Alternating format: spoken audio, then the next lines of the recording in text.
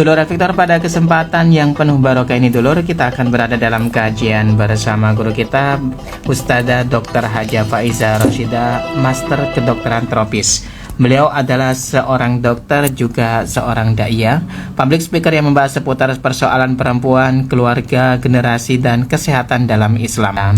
Baik dulur Victor, beliau juga telah hadir di studio. Mari kita sapa beliau bersama-sama. Assalamualaikum warahmatullahi wabarakatuh, Ustazah. Waalaikumsalam warahmatullahi wabarakatuh. Alhamdulillah, bagaimana kabarnya Ustazah hari ini? Alhamdulillahirrahmanirrahim. Masih insya Allah baru sembuh dari sakit minggu lalu. Semoga suaranya hari ini sudah normal. Amin. Untuk bisa didengar dengan jelas. Jelas sekali. Alhamdulillah ya. Semoga Mas Ishak dan dulur-dulur Victor yang menyimak perbincangan kita pada pagi hari ini sekeluarga dalam keadaan sehat walafiat dan diberkahi semua urusan kita. Amin, amin, amin ya rabbal alamin. Masya Allah. Ustazah, pada kesempatan yang penuh barokah ini kira-kira kita akan membahas tentang nopo niki Ustazah? Iya. Pagi hari ini saya ingin ambil kesempatan untuk mengangkat satu persoalan yang menimpa generasi juga, tapi tidak hanya generasi ini, sebenarnya juga menimpa keluarga pada umumnya ya Mas Ishak ya. Semuanya ya. Yang itu kalau kita tidak waspada, kalau kita tidak memiliki kesadaran yang bersandarkan kepada pemahaman Islam, mungkin masuk ke dalam rumah-rumah kita ya, berkaitan dengan judi online. Judi online hari ya, ini mengancam dan nggak sekedar mengancam ya, sudah mulai menghancurkan generasi dan keluarga. Masya Allah. Kaum muslimin di Indonesia ya. Baik. Jadi masih nyambung dengan apa yang kita bahas pada bulan lalu sebelumnya ya. Kalau kemarin kita membahas tentang bagaimana sosmed ya, ada bahaya predator seksual yang bermain online yang mengancam anak-anak kita, tapi ternyata korbannya juga tidak hanya anak-anaknya, emak-emaknya juga gitu ya.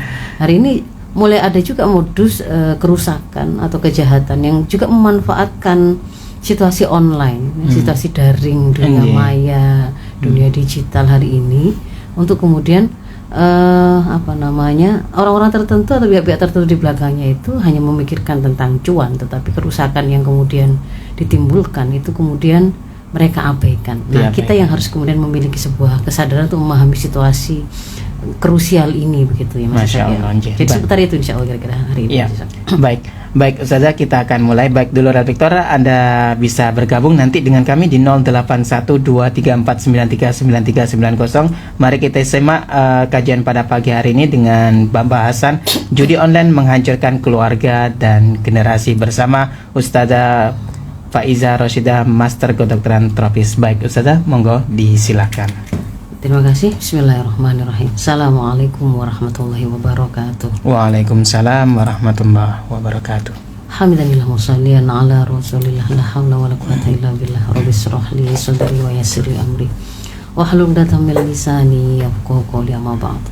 Alhamdulillah, dulur Victor sekalian yang dirahmati Allah, para sahabat yang mungkin juga menyimak kita baik melalui live IG Radio El Victor maupun juga melalui live Facebook saya di akun Faiza Roshidah, ataupun yang kemudian menyimak kita masih melalui radio ya, on air di 93,3 FM mungkin sambil nyetir di jalan gitu ya, atau yang kemudian mau mencoba menyimak perbincangan kita melalui aplikasi live streaming yang bisa di-download di Play Store ya. Namanya Radio El Victor Surabaya ya. Iya, Radio El Victor FM katanya. Jadi semoga sahabat semua dalam keadaan sehat walafiat, dan kita dimampukan, diberkahi semua urusan kita, dan kita diberi keberhasilan untuk menyempurnakan semua amanah-amanah kita hari ini. Sahabat sekalian, dulur El Victor sekalian, bisa dibilang hari ini itu kita sedang mengalami situasi darurat judi online. Mas Ishak ya. Indonesia sedang darurat judi online. Saya mau izin menyampaikan beberapa data untuk menunjukkan bagaimana sih sedarurat apa sih situasinya gitu ya. Boleh. Berdasarkan survei yang dilakukan oleh Drum Empit ya, Sistem Monitor dan Analisis Media Sosial. Ini pasti ngerti, kalau yang main sosmed pasti tahu apa Drum Empit itu. Dikatakan bahwa ditemukan bahwa Indonesia itu saat ini menjadi peringkat nomor 1 dalam hal pemain judi online, slot dan gacor. Nomor 1 kita ini, mengalahkan Kamboja, Filipina, bahkan Rusia. Iya. Dan kata Menkominfo sendiri itu korban judi online ini itu didominasi kaum muda berusia 17 sampai 20 tahun. Menurut laporan Menko Polhukam Hadi Cahyanto, ada sekitar 4 juta orang yang terdeteksi melakukan judi online di Indonesia. Tapi yang kalau kita bilang sekitar 4 juta itu ya, itu sudah lebih dari 1% loh ya dari penduduk kita gitu ya. Kalau mau menunjukkan itu kecil apa besar sih, bayangkan kalau seandainya mereka itu kumpul dalam satu tempat. Ya, jadi kalau kumpul dalam satu tempat 4 juta orang berjudi itu kira-kira butuh lebih dari kalau ditempatkan di semacam GBK gitu ya, Gelora Bung Karno, itu mungkin 10 kalinya gitu ya, nggak cukup Mas Ian itu. Jadi besar sekali, besar. Satu kota itu sebenarnya. Ya, lu enggak 4 juta ini kan tersebar di mana-mana gitu ya. Tapi kan karena online kan kayaknya nggak terlalu kelihatan itu angkanya betul. Sebesar itu kita akhirnya membacanya sebagai sebuah angka saja. Tapi bayangkan seandainya itu kemudian kumpulkan gitu ya, judinya itu nggak online tapi offline. Itu kita itu punya GBK yang sudah sebesar itu butuh puluhan lebih gitu, ya, untuk bisa menampung mereka melakukan aktivitas yang kita tahu itu adalah sebuah keharaman, sebuah kerusakan gitu ya. Nah, dan yang berbeda dengan situasi sebelumnya gitu ya. Kalau judi ini memang dari dulu, dari ada ya, peradaban manusia dulu sampai sekarang ya ada, memang ada. Tetapi dia kan kemudian bertransformasi dalam berbagai macam bentuk dan sangat dipengaruhi oleh peradaban itu memang memeliharanya, memandangnya sebagai sesuatu yang bagian dari lifestyle kah, ataukah kemudian itu dipandang sebagai sebuah kerusakan. Nah itu yang kemudian juga akan menentukan. Nah hari ini ketika kemudian dunia bertransformasi ke arah digital, judi pun juga ikut mengalami transformasi dari yang sifatnya judi konvensional, harus ketemu kelihatan mojok main kartu atau gaple atau kelihatan ada uang yang dikumpulkan gitu kan ya sebagai totoan atau taruhannya. Sekarang itu tidak perlu ada kelihatan seperti itu karena mereka bisa masuk menyusup melalui gadget-gadget kita. Ya, orang bisa terlihat sedang nggak terlihat sedang main judi, sekalipun dia itu di dalam masjid gitu ya. Meskipun di dalam masjid nggak kelihatan. Ini kebalik kalimatnya ya. Orang bisa main judi meskipun dia itu ada di sudut masjid misalkan, karena dia cukup menyendiri saja dengan gadgetnya. Ekstrimnya seandainya kemudian dia itu mau main tuh di depan Ka'bah pun bisa gitu ya. Pernah lihat video viral seseorang yang memakai pakaian ihram tapi main game. Di pelatarannya Ka'bah gitu ya. Lah, judi online itu tuh banyak sekali yang kemudian dia berkelindan dengan game-game online. Jadi hari ini orang itu untuk kemudian masuk menjadi pelaku dari judi online itu tidak harus kemudian kelihatan itu tadi. Ada kumpul lingkaran di bawah jembatan kah, atau kemudian di tempat-tempat seperti kasino-kasino tertentu, tidak harus gitu. Dia bisa di kamarnya, dia bisa sambil makan, dia bisa sambil seolah-olah sambil ibadah gitu loh. Dimanapun kapanpun itu ya. Bahkan dia bisa melakukan kemaksiatan judi online ini tadi begitu. Dan selain itu yang berbeda lagi itu adalah dari sisi data demografi pemain judi online-nya. Disingkat judol Mas Isak, gampangnya judi online. Judol ya. Kalau pinjaman online kan pinjol. Nah, ini judol gitu ya. Jadi singkatan pun mengalami transformasi. Nah, dari data demografi pemain judol hari ini itu sudah mulai ada yang di bawah 10 tahun, anak-anak sudah mulai ada. Masya Allah. Itu sekitar 80.000 orang. Antara 10 sampai 20 tahun itu 440.000 orang. Ini angka-angka besar loh.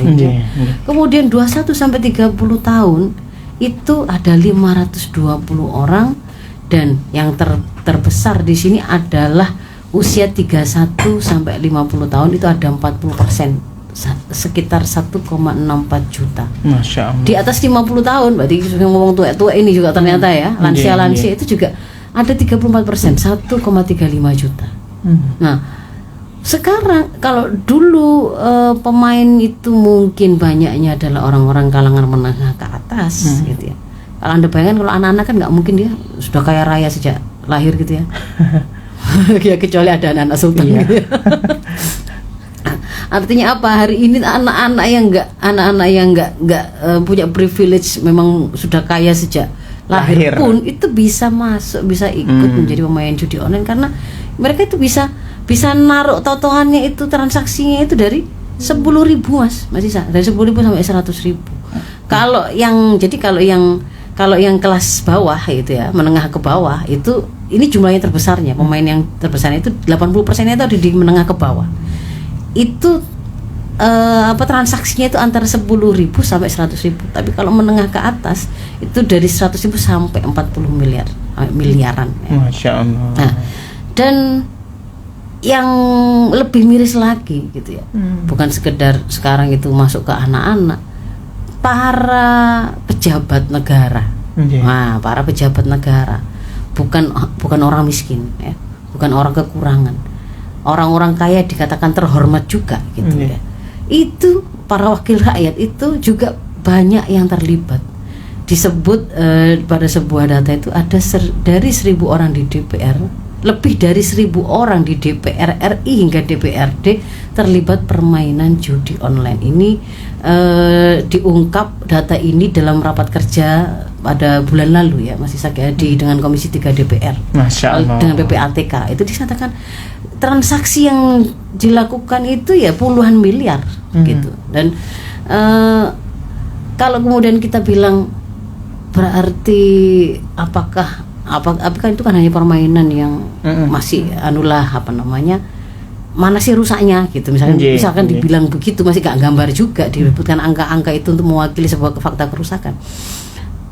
Kemarin pernah tahu kan yang seorang pasangan suami istri polisi, iya, di Mojokerto itu ya, yang kemudian sampai dibakar itu ya, iya, rame-rame. Itu kan kemudian kita mendapati fakta bahwa ternyata kan polisi ya, sang suami itu kan terlibat judi online, kecanduan judi online gitu. Dan itu sebenarnya sudah juga diketahui oleh jalur strukturalnya, sudah mendapatkan pembinaan, tapi susah gitu untuk kemudian berhenti karena kecanduan ya. Nah, judi ini juga memang kemudian memiliki efek candu, mau online maupun nggak online gitu ya, mau offline maupun online.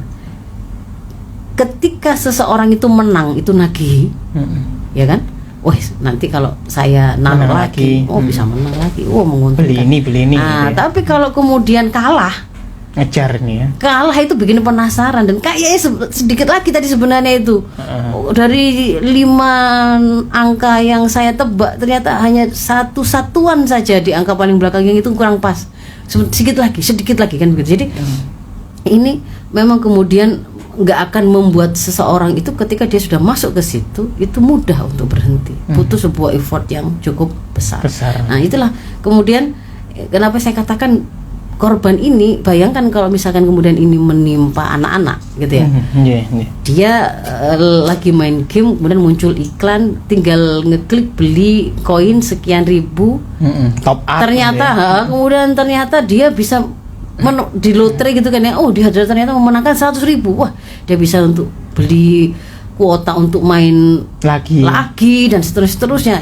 Akan nyandu kan, namanya kan dia nyandu. Ini yang mau kita coba lihat, misalkan ini anak-anak, nyandunya itu akan membuat dia kemana-mana sampai bisa membawa HP-nya tadi itu, kan begitu kan ya? Ya sama dengan dia kecanduan gadgetnya. Kemudian ada unsur dia dibikin penasaran dengan untuk menangkan lagi dan tidak mau kalah tadi, kemudian kalah tadi, dan itu akhirnya membuat dia fokusnya itu menjadi berubah. Yang harusnya tadi dia itu belajar, tidak ada. Kemudian keinginan untuk ke arah sana. Semakin malas, semakin tidak memiliki perhatian kepada hal-hal yang lain, untuk berprestasi kah, untuk melakukan ibadah kah. Kalau kemudian ini kita bicara masuk ke dalam keluarga, si judi online ini akan membawa kepala keluarganya kah atau ibunya kah, mungkin hari-hari ada dengan tertenggelam dengan permainan judi online tadi. Makanya sampai ngapain tuh sampai juga sambil melakukan game ini tadi, main HP-nya itu untuk loterean tadi itu, Mas Isan. Sambil ngapa-ngapain itu main HP, meskipun dia tuh mungkin kelihatannya sambil kerja, sambil main lotre. Dan itu tentu saja dia akan kemudian melewatkan ibadah, dia melewatkan masa-masa menjalin kedekatan dengan keluarga, dia mengabaikan pendidikan anak, kan begitu kan, ada lagi perhatian di situ. Kalau kalah karena penasaran, dia menghabiskan uang belanjanya, kan gitu kan ya. Kalau udah ada, nah di situ juga ada sarana berkelin, dan biasanya dengan pinjaman online kan tinggal klik saja langsung dapat top up, langsung dapat kiriman sekian kan gitu kan ya. Maka kemudian dia bisa masuk ke dalam jeratan pinjaman online. Kalau kemudian itu kemudian terus dia lakukan, akhirnya akan mengantarkan kepada kerusakan pada keluarganya, kan begitu kan ya. Jadi implikasinya ini sampai mengantarkan pada kerusakan keluarga, generasi dan negara, begitu. Imbasnya banyak. Iya, begitu. Nah, jadi ini adalah satu persoalan yang sangat besar yang harus kemudian kita cermati. Nah, lalu bagaimana, apa yang kemudian harus kita lakukan, gitu ya, Mas ya? Saya langsung lompat ke situ saja. Bahwa kalau hari ini dibilang, tapi kan sudah ada itu upaya pencegahan, penanganan oleh negara, gitu ya. Ada katanya kan bahkan gitu ya. Ada pembentukan Satgas Pemberantasan Judi Online. Dikatakan ada 2 cara yang dilakukan di situ. Ada pencegahan, nanti itu melalui edukasi, pemberian literasi. Yang kedua juga ada penindakan. Kalau misalkan ada situs-situs terbukti dia melakukan penawaran judi online atau menyelenggarakan itu, bisa ditutup, bisa diblokir. Nah, pada faktanya kemudian sampai hari ini gitu ya, meskipun sudah diklaim sudah ratusan ribu konten yang sudah diblokir, sudah di take down dan seterusnya, tetapi begitu dilakukan pemutusan situs, puluhan aplikasi juga, tapi kemudian pada detik yang sama itu ya, kemudian juga muncul kembali, lahir kembali, bermunculan kembali penawaran-penawaran judi online menggunakan server-server yang lain kah, ada yang menggunakan VPN untuk memanipulasi koneksi jaringan dan seterusnya gitu. Tambah banyak yang muncul ya. Nah, selain itu kan kemudian juga kita juga mendapati data, masyarakat juga meragukan dari sisi kesungguhannya, karena terasa sekali kalau itu hanya dilakukan setengah hati. Karena kalau cuman kemudian memblokir dan ternyata yang diblokir itu juga ada tebang pilihnya, ya juga nggak akan membuat sebuah ketakutan. Apalagi kemudian ditemukan penegak hukumnya juga bermain di situ, begitu loh. Lah kalau seperti itu, para petugas yang diharapkan untuk mengelola menegakkan hukum, untuk menindak dengan tegas supaya tidak ada judi online ini, tapi kemudian dia juga main di situ.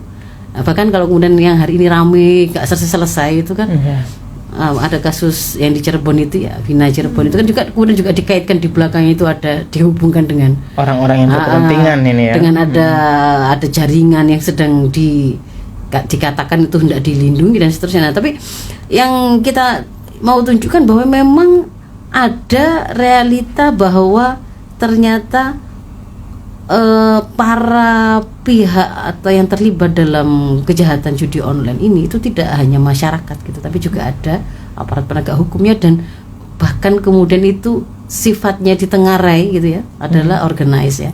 Nah, kemudian kalau mau lihat secara ininya saja, dohirnya ya, yang juga kemudian menunjukkan adanya masyarakat akhirnya meragukan akan bisa diberantas itu, contohnya adalah ketika viral ya statement itu kalau nggak salah tahun lalu ya, dari Menkominfo-nya sendiri, yang kemudian ini terlontarkan pada sebuah forum yang formal, itu rapat kerja dengan Komisi 1 DPR di bulan 9 tahun 2023. Pada saat itu Menkominfo pada waktu itu melontarkan beberapa pernyataan yang mengundang polemik ya.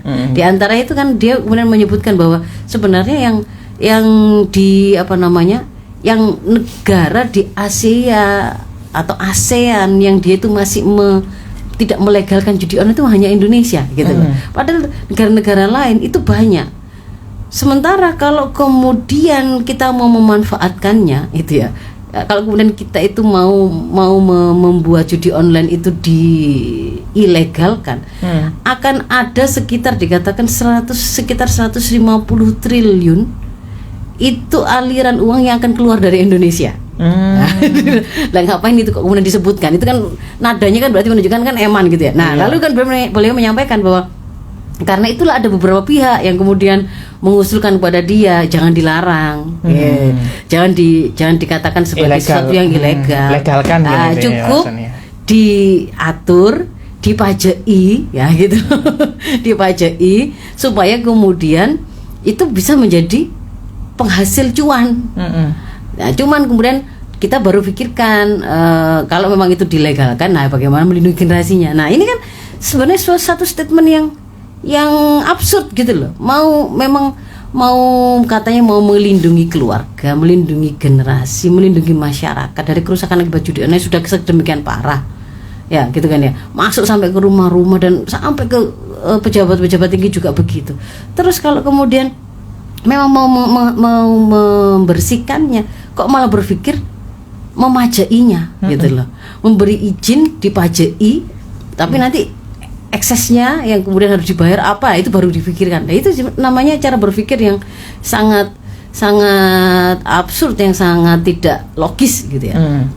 Justru menunjukkan bahwa tidak hendak memberantas, tapi ketika kemudian melihat satu hal itu dipandang bisa menghasilkan cuan gitu ya, lepas dari halal haram, itu kemudian bisa membuat satu keputusan itu dia rubah. Nah, ini kan khas cara pandang pengelolaan negara atau kebijakan, lahirnya kebijakan yang bersifat sekuler, karena tidak lagi mengindahkan halal haram, nggak menggunakan wahyu, tetapi cukup kemanfaatan atau kemaslahatan. Sementara yang dimaksud dengan manfaat atau kemaslahatan tadi, sebagaimana sistem atau peradaban yang sedang memimpin hari ini, yang sekuleristik dan kapitalistik, tentu menjadikan cuan itu sebagai acuan gitu loh.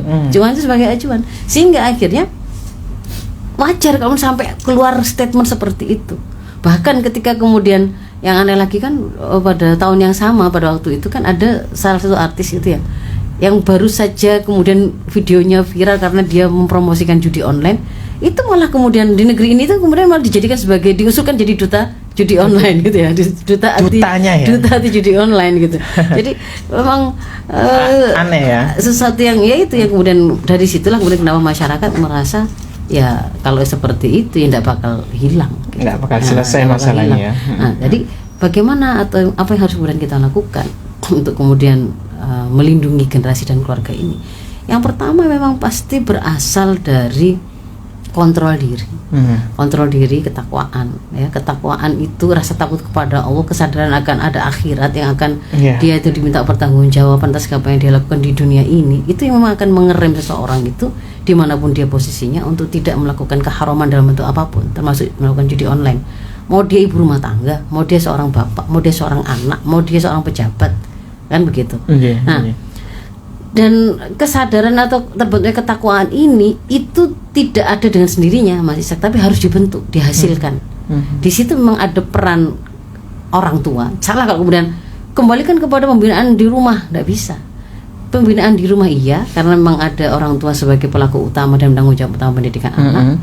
Tetapi kalau kemudian ingin menjangkau pembinaan ini kepada skala bangsa, artinya itu tidak hanya orang-orang tertentu saja yang bapaknya, ibunya, ustadzah yang ngerti ngajarin anak tentang keharaman judi, tapi itu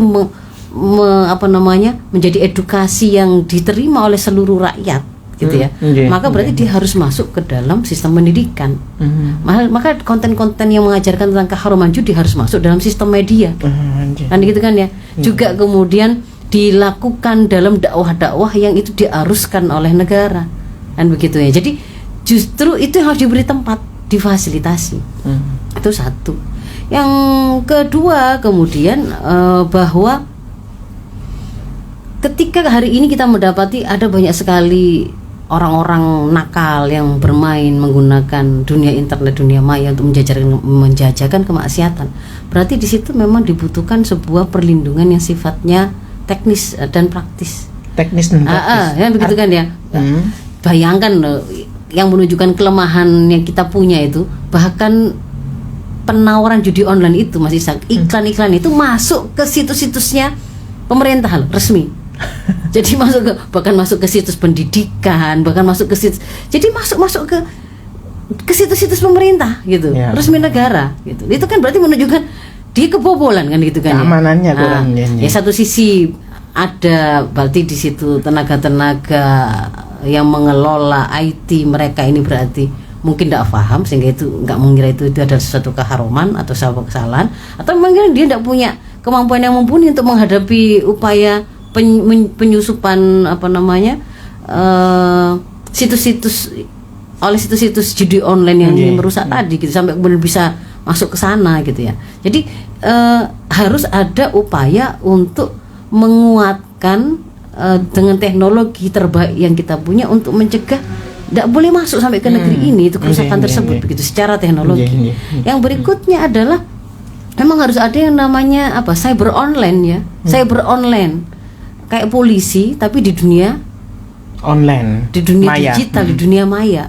Yang memang dia tuh memang ibaratnya kalau saya membaca di sebuah kitab Ajizah Daulah Khilafah Islamiyah, struktur negara Islam, itu kan kita mendapat penjelasan tentang polisi gitu ya, tentang syurtoh, aparat penegak hukum. Itu memang mereka haruslah kumpulan orang-orang yang teristimewa dalam satu integritas kepribadian. Jadi memang harus memiliki kepribadian yang lebih baik daripada siapapun karena dia penegak hukum. Jujur.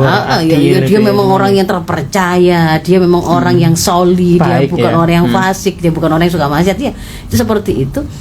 Dia harus orang yang seperti itu dan kemudian ini dibantu dengan sebuah mekanisme atau sistem yang membuat mereka itu bisa optimal menjalankan tugasnya, misalkan sistem penggajiannya dan seterusnya. Nah, jadi memang harus ada polisi itu kemudian yang baik di dunia nyata maupun di dunia maya yang dia itu punya dedikasi tinggi untuk ibaratnya kayak patroli, mengamati, menemukan ada potensi kejahatan di sini, ada pelaku kejahatan di sini sampai kemudian dia bisa memprosesnya tanpa kemudian menunggu kebobolan dulu atau menunggu harus masyarakat melaporkan bisa seperti itu.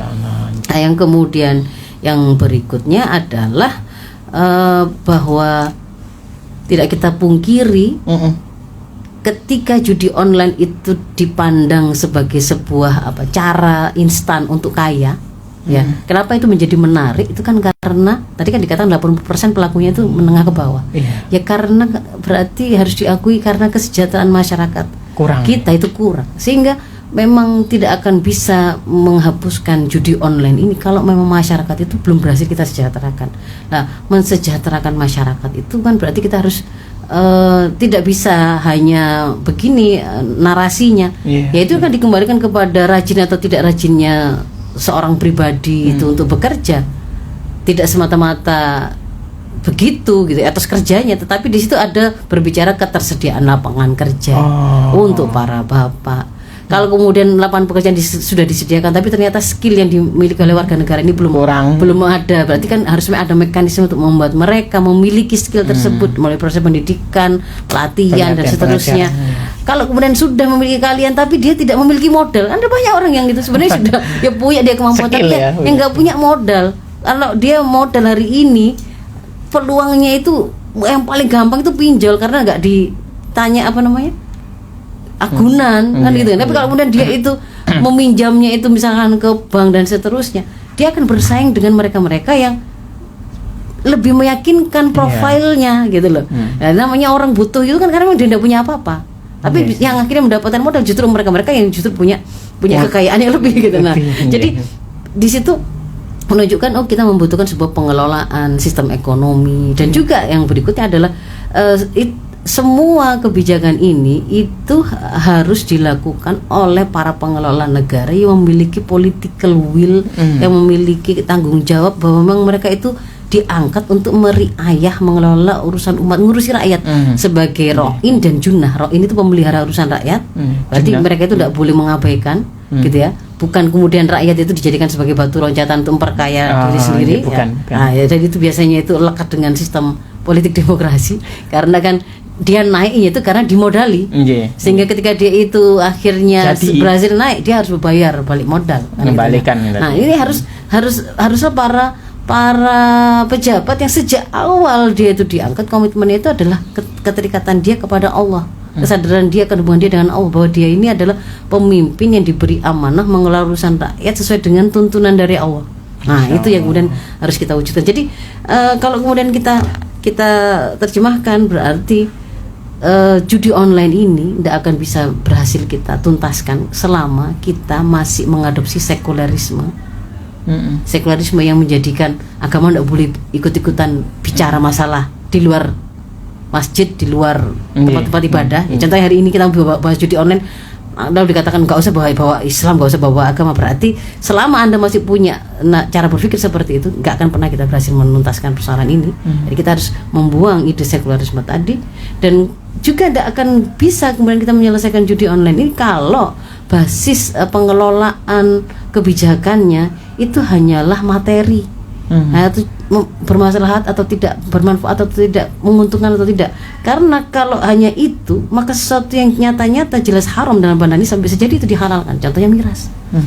Atas nama pariwisata pada beberapa tempat itu kemudian juga menjadi sesuatu yang dilegalkan, legal ya. Gitu ya. Jadi mungkin itu jadi seruannya adalah ya kita memang harus kembali kepada syariah kafah begitu Mas Isa. Itu ya, ada kesempatan untuk. Baik. Kita akan lanjutkan lagi Ustaz Anjay setelah jeda berikut ini dulu. Anda juga nanti bisa bergabung dengan kami di 081234939390. Setelah jeda berikut ini jangan kemana-mana, tetap di Fajar Syiar Al Victor.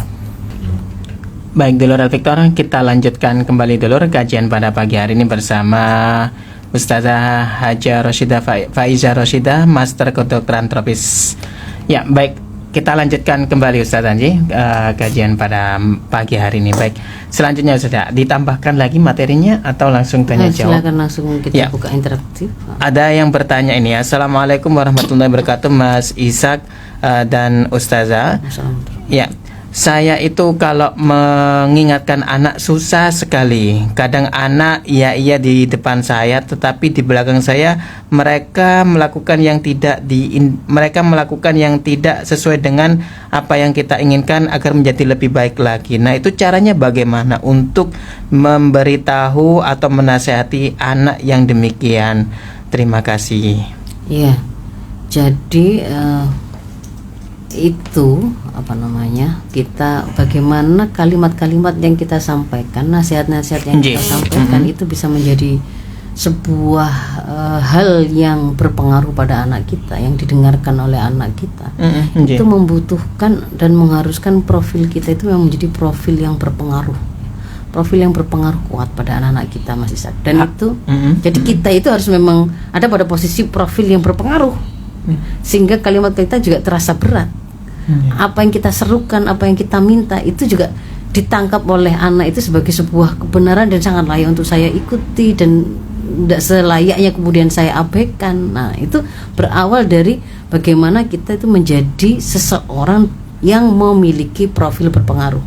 Pada bulan lalu mungkin atau beberapa kali saya sempat juga menunjukkan bahwa kalau kita mau belajar bagaimana kita bisa memiliki profil berpengaruh dari sebuah pepatah Arab gitu ya. Pepatah Arab ada 3 yang saya sering sampaikan itu. Yang pertama itu an-nasu atba'a man ghalaba. Manusia itu, orang-orang itu pada umumnya itu akan mengikuti mereka-mereka yang ghalaba, yang lebih umum ya. Lebih ya sih. Lebih apanya? Lebih solihnya, lebih baiknya, lebih baik akhlaknya, lebih kuat, lebih pintar, lebih pemberani, lebih. Jadi misalkan ya, untuk menggambarkan supaya gampang ya. Ketika misalkan kita lihat ada, jangankan orang dewasa, anak-anak saja gitu loh, anak-anak saja. Ketika di antara mereka itu ada anak yang dia itu lebih berani speak up, menyampaikan ide-ide tertentu, kreatif, mengusulkan kita main ini gitu ya. Kemudian dia itu memiliki argumentasi yang meyakinkan, lebih meyakinkan daripada yang lain. Kenapa kok begitu? Kenapa kok begini? Kenapa harus melakukan ini? Itu dia itu memang lebih meyakinkan gitu kan ya. Dia dipandang lebih ngerti, lebih pintar, lebih banyak informasinya, lebih layak diikuti. Maka yang lain itu akan ngikut gitu loh. Nah, kalau kemudian kita ingin mengajari anak kita itu, kamu itu jadi anak yang soleh gitu, yang soleh, tak, yang baik, jangan kemudian setiap hari hanya di depan gadget saja gitu. Tapi kalimat itu keluar dari seseorang yang dilihat oleh anaknya, sama saja ibu saya juga begitu, tiap hari juga kayak gitu, nyuruh saya baik, dia juga nggak pernah jadi orang baik, misalnya begitu ya, Bapak. Jadi pasti berawal dari kalau gitu kalau saya memang ingin berpengaruh kepada anak saya, yang saya itu menginginkan anak saya itu menjadi anak yang baik, anak yang solih, anak yang memperbaiki bahkan berarti saya harus mewujudkan profil itu ada pada diri saya dulu. Oh. Kalau anak saya itu saya harapkan, saya tuturi dia itu menjadi anak yang kamu tuh harus ngerti begini, berarti saya harus mengetahui itu lebih dulu ketimbang anak saya. Sehingga kalau misalnya dia tuh bantah pun gitu ya, kenapa sih wajib tak? Memang wajib tak? Loh, ya tentu saja. Kan kita bisa menerangkan gitu, karena kita memang memiliki sandaran. Kenapa kok saya menasihatkan begitu? Kita tahu betul. Tapi kalau kemudian kita sendiri tuh tidak ngerti, tidak paham, bagaimana mau memahamkan dia dan berharap dia bergerak karena pemahamannya itu? Ya. Seseorang yang takut mati akan kesulitan mengajarkan kepada anaknya untuk tidak takut mati. Kan berarti begitu kan ya? Iya. Untuk seseorang yang dia itu penakut, susah untuk mengajarkan pemberani, sifat pemberani, mewujudkan profil pemberani pada anaknya atau anak didiknya. Jadi itu yang pertama ya. Jadilah orang yang lebih. Kalau itu guru, kalau itu orang tua ya, di hadapan muridnya, di hadapan anaknya, dia memang harus menjadi orang yang lebih baik dalam hal ini. Bukan lebih jago judi online-nya gitu ya. Jadi lebih baik ya, karena yang kita nasihatkan kebaikan. Nah, kemudian yang kedua pepatah Arab tadi, asli nafsak yasluh lakan nas. Kalau kamu pingin orang itu melakukan kebaikan kepadamu, itu harus diawali dari kamu dulu, memperbaiki dirimu. Nanti orang lain akan berbuat baik padamu. Jadi kamu perbaiki diri dulu, fokus pada kamu juga melakukan kebaikan. Jangan pernah hanya berharap orang lain tuh jadi baik, tapi kita tidak pernah kemudian memperbaiki diri sendiri. Kemudian yang ketiga, qimatul mar'i biqadri ma yusinuhu. Nilai dari seseorang itu juga sangat ditentukan oleh seberapa banyak kebaikan yang bisa dia kerjakan. Makin banyak kebaikan yang kita tuai, yang kita tanam, itu seperti tabungan yang akan membuat kita itu memiliki value lebih. Seorang yang dia itu bermanfaat kepada lebih banyak orang, ketika dia tidak ada, maka ketidakhadirannya akan dicari. Karena dia dirasa bermanfaat gitu loh. Keberadaannya itu bermanfaat, bernilai. Tapi kalau kemudian seorang itu orang yang egois, kedatangannya itu malah biasanya bikin masalah, menjengkelkan orang, malah tidak adanya dia itu sama dengan tidak adanya, adanya sama dengan tidak adanya, atau bahkan ketidakadaan itu mau disyukuri.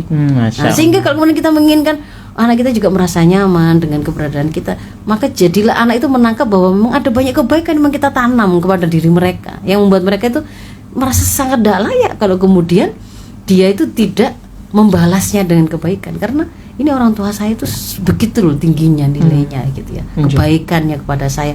Berarti itu tabungan yang kemudian harusnya kemudian mereka kembalikan dengan bentuk sebaik-baiknya, dalam bentuk ketaatan, mengikuti apa yang kemudian kita sampaikan dan seterusnya.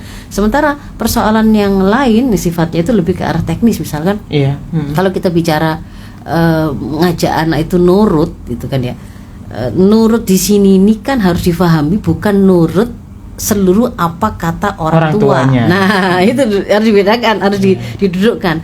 Nurut yang mau kita realisir itu adalah baik saya maupun anak saya, kita harus sama-sama nurut kepada apa yang menjadi kebenaran, yaitu tuntunan Allah. Jadi bukan nurut itu pokoknya seluruh apa maunya orang tua itu harus diikuti anak, karena bisa jadi ternyata si niatnya orang tua itu yang keliru gitu loh ya. Jadi gitu kan, dia akan bisa ngerti bahwa itu suatu kesalahan kalau dia juga mengilmui. Makanya pentingnya si orang tua itu untuk menjadi orang yang ngerti dulu kan gitu ya. Nah, nurut. Nah, kemudian kalau memang sudah ngerti bahwa oh ini memang dalam rangka untuk nurut kepada satu yang kebenaran, tinggal kemudian bagaimana kita menyampaikan kebenaran itu sesuai dengan kadar kemampuan anak menerimanya. Bicara dengan anak usia dini, belum memayis, dengan sudah memayis, sudah balik, itu tentu berbeda. Di situ membutuhkan skill berkomunikasi yang berpengaruh juga, dan juga kekayaan berbahasa gitu ya, dari sang orang tua. Jadi ngajak anak misalkan ya, hari ini kita minta dia itu sholat subuh pada waktunya, berhasil itu kalau kita ulang ajakan yang sama, belum tentu loh pada waktu berbeda hari itu juga akan berhasil. Tapi di situ itu membutuhkan sebuah kesabaran untuk mencoba berbagai macam kekayaan berbahasa. Ada kalanya kita itu menyampaikan dalam bentuk ini tuntutan atau konsekuensi iman gitu kan ya. Ada kalanya kemudian kita menyampaikan itu kan sebagai dari syariat, konsekuensi keimananmu kepada Allah. Ada kalanya kita menyampaikan itu sebagai sebuah harapan, ayah ibu sholat karena ingin mendapatkan ridha Allah, nanti akan kembali dipertemukan di surga Allah. Kalau ayah ibu sholat terus kamu nggak sholat, padahal kami berharap kamu bisa kumpul kembali bersama kita semua di surga gitu. Gimana kalau gitu, bagaimana bisa berkumpul kalau satunya sholat satunya tidak sholat, sampai gitu. Bahasa harapan. Ada kalanya juga dengan bahasa-bahasa kayak pujian yang sifatnya memotivasi. Ayo anak soleh, pejuang subuh gitu kan ya, pejuang sholat malam gitu. Kalimat-kalimat yang menunjukkan katanya pejuang subuh maksimal ya jam 5 harus sudah sholat subuhnya. Kalau lebih dari itu nanti jatuhnya lama-lama nanti sudah mau suruk, nanti mau duha kan gitu kan ya.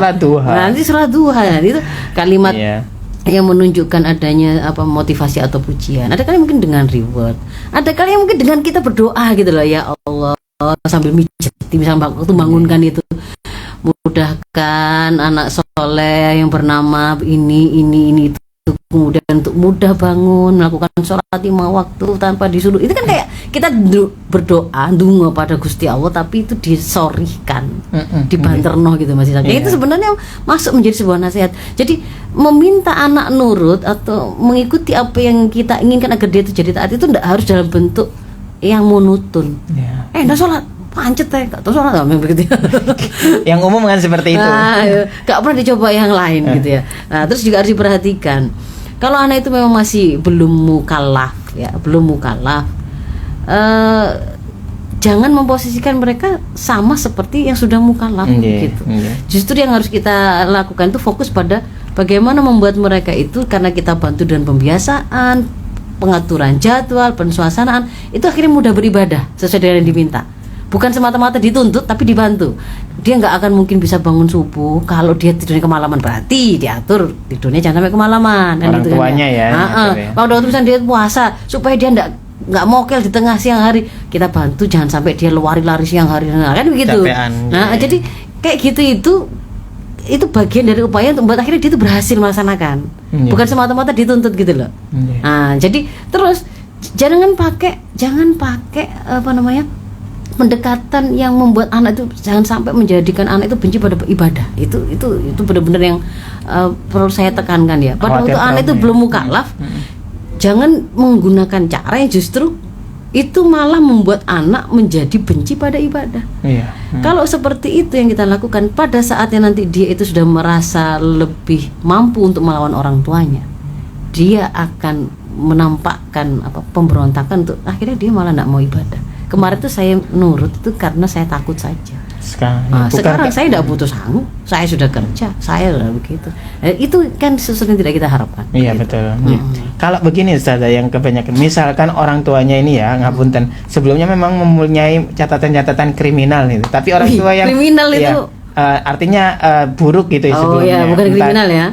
Entah itu nanti dulu mantan pemabuk atau mantan atau macam-macam gitu. Memang kriminal ya. Berarti iya kan. Tapi kan orang tua yang seperti ini kan mempunyai harapan bahwasanya anaknya itu nggak ingin seperti dia mengikuti jalannya. Betul. Nah, ketika itu menasehati kepada si anak ini tadi, yang pasti kan anak kan sudah tahu kartunya ayahnya, kartunya orang tuanya. Lantas bagaimana untuk merubah ini tadi jalurnya si anak, merubah takdirnya ya, istilahnya seperti menjadi lebih baik.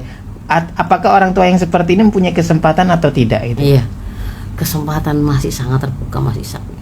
Bahkan kita itu paham, bahkan yang semula itu kafir pun, nggak mengenal Allah pun, nggak meyakini adanya Allah pun, begitu kan ya. Begitu kemudian dia itu faham, meyakini bahwa dia dan alam semesta dunia ini itu berasal dari Allah, lalu baru memulai ketaatan, meskipun sebelumnya kekufuran tadi itu termasuk dia itu melakukan kemaksiatan yang sifatnya itu syirik yang dikatakan tidak tidak diampuni gitu ya, pernah melakukan maksiat jenis apapun, mau zina, mau khamr dan seterusnya. Begitu kemudian dia itu taubat nasuha, dia kemudian masuk ke dalam Islam, itu kan catatan sebelumnya itu karena kemurahan Allah itu kan dihapus, dia memulai dari nol. Itu Itu dari kalau nol. ya. Kalau kemudian kita sebelumnya itu adalah para pelaku maksiat, kita fasik lah ya, ada banyak sekali kerusakan-kerusakan yang pernah kita lakukan, kriminalitas yang kita lakukan. Ada mekanisme yang disediakan oleh Allah untuk menghapusnya, gitu kan ya, menghapusnya dan juga menghentikan efek spiral kelanjutan dari kejahatan yang kita lakukan di sebelumnya tadi, yaitu apa? Ya taubatan nasuha itu. Yang pertama adalah berhenti seketika dari melakukan kejahatan atau kriminalitas yang sebelumnya kita lakukan. Yang kedua, kita menyesali benar-benar menyesali apa yang sudah. Jadi tidak ada unsur, malah masih kadang-kadang itu masih menceritakan kejahatan dia zaman dulu itu sebagai sebuah kebanggaan gitu ya, misalkan ya, oh saya pernah bunuh orang itu sekali tembak langsung 5 orang, misalnya begitu ya, saya pernah berzina itu sekali main itu, dan nggak ada kalimat begitu ya, benar-benar dia itu memang menyesali, melihat kejahatan atau kemaksiatan yang sudah pernah dia lakukan itu sesuatu yang memalukan, yang Allah beri kesempatan dia untuk bertaubat, berarti dia akan tutup kan gitu kan ya, dia tidak akan menjadikan itu sebagai sebuah kebanggaan, prestasi ya. Jadi menyesali yang kedua, dan tidak akan mengulangi di masa akan datang. Dan kalau kemudian di sana ada hak Adam, hak anak manusia yang kemudian terampas, maka dia harus meminta ridho dari anak orang tersebut gitu ya, meminta maaf, mengembalikan apa yang menjadi hak mereka. Nah, kalau kemudian dalam hal ini kita semula itu memiliki catatan kelam sebagai pelaku maksiat seperti itu, tidak perlu kemudian menjadi orang yang sok suci seperti tidak pernah melakukan kesalahan. Ibaratnya ini adalah lembaran dari buku gitu ya. Lembaran-lembaran awal itu di situ ada banyak gambaran, coretan-coretan yang itu misalkan jelek gitu ya. Lalu kemudian kita baru menyadari itu tidak harus kemudian kita sobek gitu ya. Tapi cara pandang kita terhadap apa gambar sebelumnya tadi gitu ya, kejahatan, kerusakan yang pernah kita lakukan, itu menjadi sesuatu yang kalau dulu itu kita melakukan itu dengan kebanggaan, dengan bahkan kita mensiarkan, kita live ngajari orang gimana caranya zina, gimana caranya jadi LGBT, begitu. Sekarang kita itu melihatnya itu sebagai sebuah kemaksiatan yang kemudian kita syukuri Allah beri kita kesempatan untuk menyadarinya, dan itu kita juga nggak berusaha menutup itu dari anak kita akui memang kita dulu seperti itu, tetapi sekarang kita berubah. Saya bapak ibu sudah berusaha jadi orang yang lebih baik karena baru ngerti, baru paham. Ibu minta maaf kalau dulu akhirnya melewatkan, nggak pernah ngajarin kamu begini. Bapak minta maaf dulu nggak ngerti caranya begini. Nah itu disampaikan. Nah berikutnya dari situ, insya Allah gini loh, kalau memang taubatan nasuha ya benar-benar nanti Allah bukakan jalan. Bisa jadi tidak langsung seketika ya kebaikan itu akan kita dapatkan, tetapi itu akan memutus mata rantai kerusakan akibat kesalahan kita dulu. Tapi kalau tidak dilakukan taubatan nasuha itu, menutupinya akan tetap berlanjut. Misalkan singkatnya contoh gini Mas Ishak, kita itu tidak pernah ngeramut anak kita gitu ya, sehingga dia ini itu rusak. Lalu ketika kemudian kita menginginkan dia kebaikan itu kita pondokkan gitu ya. Kita tahu anak kita itu bermasalah, tapi karena kita itu masih nggak terlalu baik gitu ya niatnya, ini melepaskan gitu, kita tidak menyampaikan ke pondok bahwa sebenarnya anak saya ini begini. Akhirnya apa? Pasti anak itu nanti di situ itu jadi troublemaker. Tapi kalau orang tua itu menginginkan kebaikan, berhenti, diputus mata rantai kerusakan itu, dia mengakui apa adanya. Kami dulu begini, anak saya begini. Kami minta tolong kepada kiai, kepada ustadz dan begitu kan ya. Jadi di situ nanti akan jadi jalan kebaikan. Gitu Mas Ishak. Baik Ustazah, karena waktunya juga terbatas nih. Mungkin kita bisa tutup dengan doa nih Ustazah ya. Ya, kita tutup dengan doa kafar majelis saja. Dan dihawali dengan istighfar, astagfirullahaladzim, subhanakallahumma wa bihamdika nasyhadu an la ilaha illa anta nastaghfiruka wa natubu ilaik. Aku minkum ihdinas siratal mustaqim. Assalamualaikum warahmatullahi wabarakatuh. Waalaikumsalam warahmatullahi wabarakatuh. Alhamdulillah jemaah tersembah nuwun Ustazah. Alhamdulillah dulur Al-Fiktor, mudah-mudahan dari apa yang beliau sampaikan kita semuanya mendapatkan ilmu yang bermanfaat, barokah serta mendapatkan ridho dari Allah Subhanahu wa taala. Dulur Al-Fiktor, usai sudah perjumpaan kita di Fajar Al-Fiktor hari ini, saya Ishak pamit undur diri. Terima kasih dan mohon maaf. Ihdinas siratal mustaqim. Wassalamualaikum warahmatullahi wabarakatuh.